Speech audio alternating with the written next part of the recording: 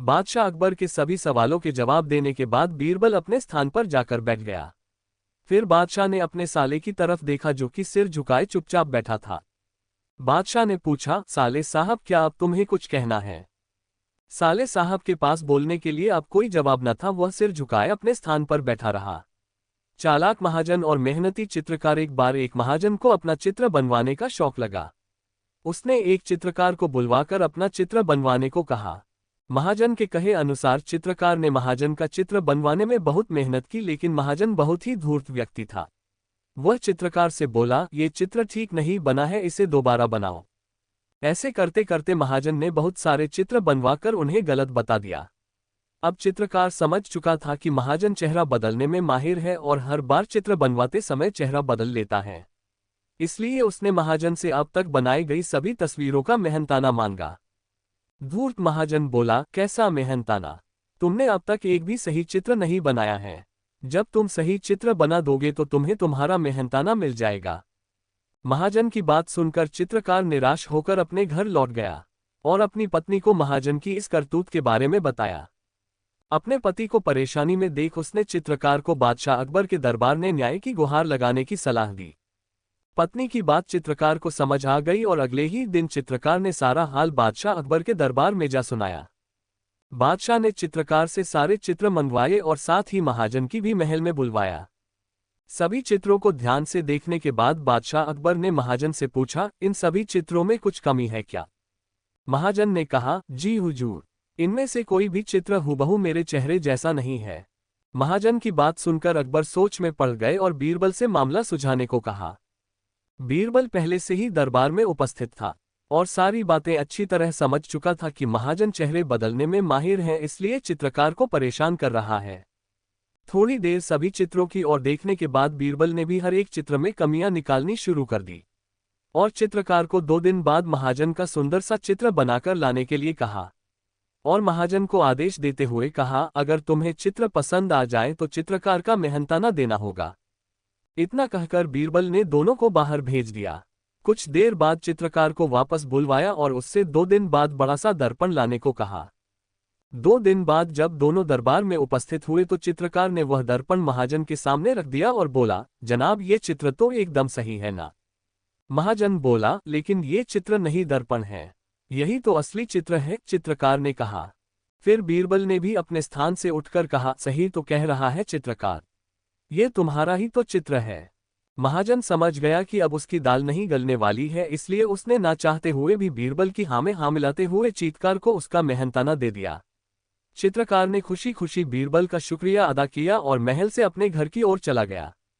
सेठ बने पहरेदार सिर पर बांध पायजामा की इस श्रृंखला में आप पढ़ेंगे कि कैसे बीरबल ने अपनी बुद्धिमानी से सेठों को पहरेदारी करने से बचाया। पिछली कहानी पढ़ने के लिए आप यहाँ क्लिक कर सकते हैं। बादशाह अकबर कुछ मजाकिया इंसान थे, उन्हें मजाक बेहद पसंद था। एक दिन उन्होंने नगर के सेठों को हुक्म दे डाला कि आज से उन्हें पहरेदारी पर लगाया जाता है। ये सुनकर सेठ घबरा गए और बीरबल के पास पहुंचकर अपनी परेशानी का हल मांगने लगे। तब बीरबल ने उन्हें हिम्मत देते हुए एक तरकीब बताई और कहा कि वो सब लोग अपनी पगड़ियों को पैर में और पायजामों को सिर पर बांधकर पहरा देते हुए चिल्ला चिल्लाकर कहें, अब तो आन पड़ी हैं।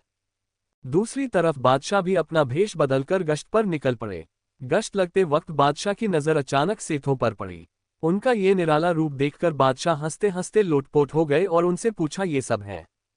तब सेठों का मुखिया बोला, जहां पनाह हम लोग पुश्तों से गुड़ और तेल बेचते आए, भला हमसे पहरेदारी कहाँ हो पाएगी। बादशाह अकबर समझ गए कि ये बीरबल की ही तरकीब है और अपना हुक्म वापस ले लिया। झूठा कौन, तेली या कसाई? एक बार बादशाह अकबर दरबार में बैठे राजकाज की चर्चा में व्यस्त थे कि अचानक दरबान ने आकर बताया, महाराज, महल के बाहर 2 व्यक्ति एक थैली के ऊपर झगड़ा कर रहे हैं। बादशाह ने दोनों को अंदर बुलवाया और उनकी समस्या के बारे में पूछा। तभी उनमें से एक व्यक्ति बोला, हुजूर मेरा नाम काशी है और मैं तेल बेचता हूँ। एक दिन यह व्यक्ति मेरी दुकान पर तेल लेने के लिए आया था और तभी मौका पाकर अशर्फियों से भरी मेरी थैली भी अपने साथ ले गया। जब मैंने इससे उस थैली के बारे में पूछा तो यह उस थैली को अपनी थैली बताने लगा। अब तो हुजूर आप ही न्याय करें। बादशाह अकबर ने कसाई से पूछा, तुम्हें इस बारे में कुछ कहना है? अकबर ने बीरबल की बातों को समझा और उसके उत्तर की सराहना की। इस कहानी से यह सीखने को मिला कि हमें अपनी छोटी छोटी चिंताओं को नजरअंदाज नहीं करना चाहिए और अपनी बड़ी आशाओं को पूरा करने के लिए मेहनत करनी चाहिए। अकबर और बीरबल की कहानी। आगे की कहानी, चतुराई का मूल्य। एक दिन अकबर ने बीरबल को एक कठिन चुनौती दी। उसने कहा, मैं चाहता हूं कि तुम मुझे बताओ कि सबसे बड़ा और सबसे छोटा क्या है। बीरबल ने सोचा और कहा, जहां तक मेरी समझ है, सबसे बड़ा और सबसे छोटा बातों का सापेक्षता पर निर्भर करता है। मैं इसका उत्तर एक उदाहरण से समझाऊंगा। अकबर ने सहमति दी। बीरबल ने दरबारियों को एकत्रित किया और उन्हें एक छोटे से बर्तन और एक बड़े से बर्तन दिया। उसने कहा, दोनों बर्तनों को एक ही जगह पर रखो और देखो कि कैसे चीजें इनमें भरती हैं।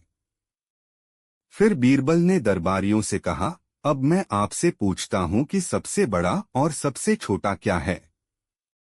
एक दरबारी ने कहा, बड़े बर्तन को भरना आसान है और छोटे बर्तन को भरना मुश्किल।